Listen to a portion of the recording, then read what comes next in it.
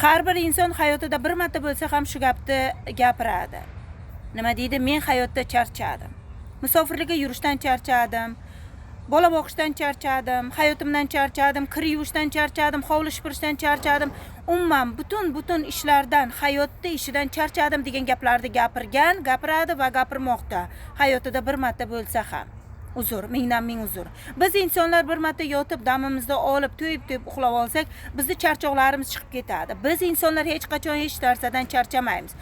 Faqatgina biz qachon charchaymiz, bilasizmi? Qachonki biz umidsizlikdan, maqsadimiz yo'qligidan charchaymiz. Men aytmoqchimanki, rejalaringizni oldiroq qiling. Maqsadlaringizni hammasini reja bilan bajarishga harakat qiling. Umidsizlikka tushmang. Avvalambor yaratuvchiga ishoning.